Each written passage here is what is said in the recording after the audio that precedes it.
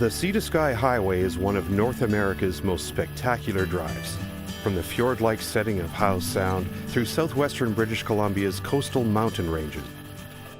The communities along the highway comprise one of the fastest-growing regions in the province.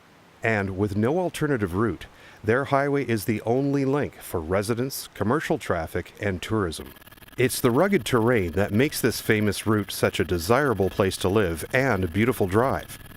The topography also creates unique challenges for highway design and construction, and for traffic management during construction.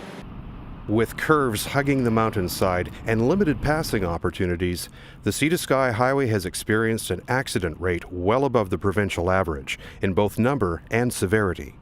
Executive Project Director Peter Milburn says these safety, reliability, and capacity improvements will reduce crashes by about 30%, with gentler curves, longer sight distances, and 80 kilometers of new, safer passing lanes. We're receiving a full suite of improvements that require synergy between the designer, the builder, and even the maintenance people on this highway. You know, the type of innovation we're receiving, that's a direct result of putting all of these disciplines on a single team. You know, you add to that what we've learned from the corridor communities and the stakeholders up and down this highway, you end up with some very well-informed design decisions. All of this translates into a much more comfortable and relaxed drive for the traveling public. They'll see better reflective lane markings, they'll see wider shoulders, improved sight distances, better rockfall catchment areas, and bridges that are designed to withstand debris torrents from the mountain creeks. You know, all in all, when this highway is done in 2009, it'll be much safer and more reliable. With traditional upslope widening, the mountainside needs to be blasted to make room for additional lanes. This can be very disruptive to traffic. To avoid this, innovative downslope building techniques are being used to reduce major blasting above the road and the extra highway closures that would entail. Construction Director Rob Ahola. What you see is a half-bridge structure being built to support the additional lanes of traffic. By working below the highway, we can keep traffic moving and build the additional lanes adjacent to the existing highway. First, the site below the highway is excavated right down to bedrock. 10 meters north. Then survey crews can get exact measurements of the area for the highway designers. Crews can then build the structures needed to support the widened highway. One of the biggest structural changes will be for the new south interchange at Eagle Ridge. When it's finished, Sea to Sky traffic will be separated from traffic going into Horseshoe Bay Village or aboard BC ferries. To build this highway, about 2 million cubic meters of rock and earth have to be moved.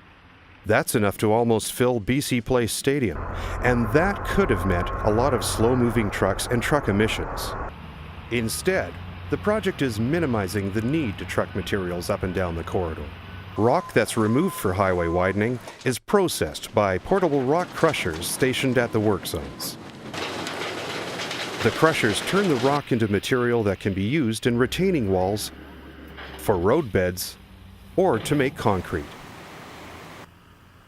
The Sea to Sky Highway Improvement Project is committed to protecting the environment.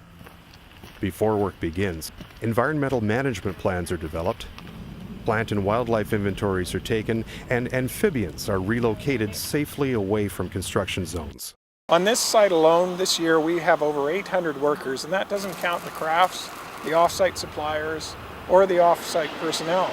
You know, on a job of this size and complexity, it is absolutely dependent on the skilled and dedicated workforce that you have here. Each and every one of them has that personal sense of pride in the work they do here on the Sea to Sky Highway. Through a series of innovations, the 7-kilometer section from Sunset Beach to Lions Bay finished 18 months ahead of schedule.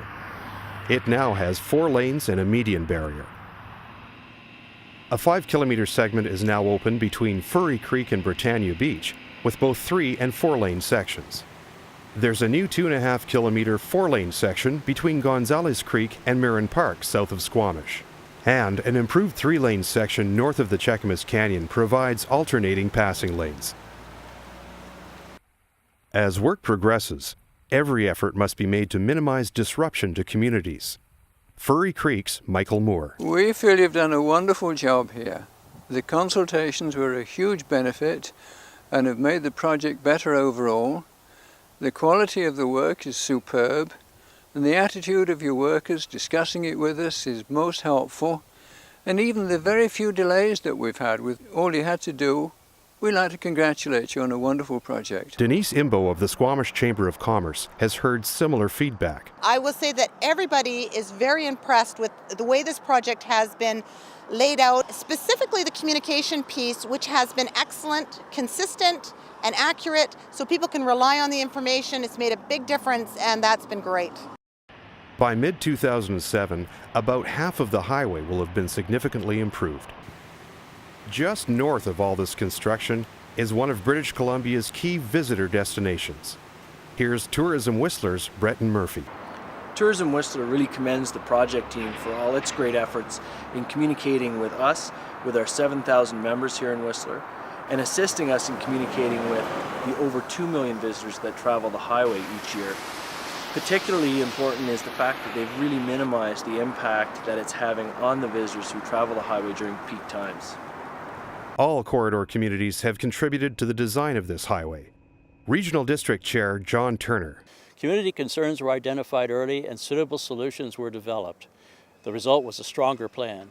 As the project is completed, we can all take pride in a safer, more reliable sea-to-sky highway. Not only was this project brought in on time and on budget, since it's been opened, the number of accidents on this road have been reduced by 50%.